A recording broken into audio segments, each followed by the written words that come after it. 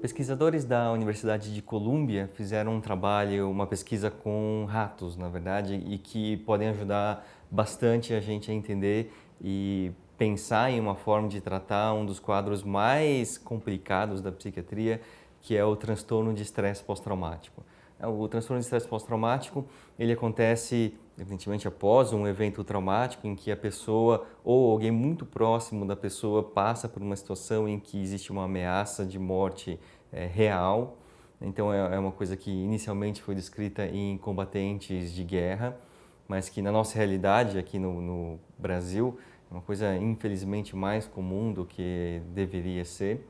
E a pessoa ela passa a desenvolver sintomas depois desse estresse que vão incluir respostas exacerbadas de medo e de ameaça, então ficam revivendo, tendo flashbacks do que aconteceu, evitam passar por lugares ou situações em que lembrem o ocorrido, né, situação traumática, alterações do humor, resposta de sobressalto, a pessoa fica o tempo todo em um estado de alerta. Esse trabalho foi publicado recentemente, foi publicado agora no final de janeiro de 2017, e foi feito com ratos em que eles induziram um estresse, né, um transtorno de estresse pós-traumático através de pequenos choques.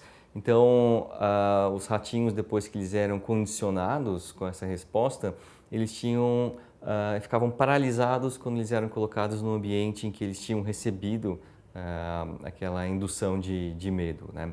Uma coisa relativamente cruel, né? Mas o trabalho ele fez uma injeção como se fosse um tipo de vacina, entre aspas, com uma substância chamada ketamina, que é um indutor de anestesia. Essa ketamina ela foi aplicada em períodos diferentes, então um mês antes, uma semana antes, 24 horas antes do estímulo, uma hora antes, imediatamente antes, imediatamente depois, uma hora depois.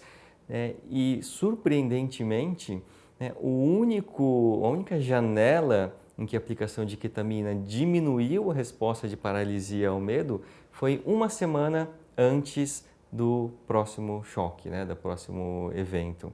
Então, um mês antes não teve mudança nessa resposta, um dia antes ou uma hora antes também não teve nenhuma alteração.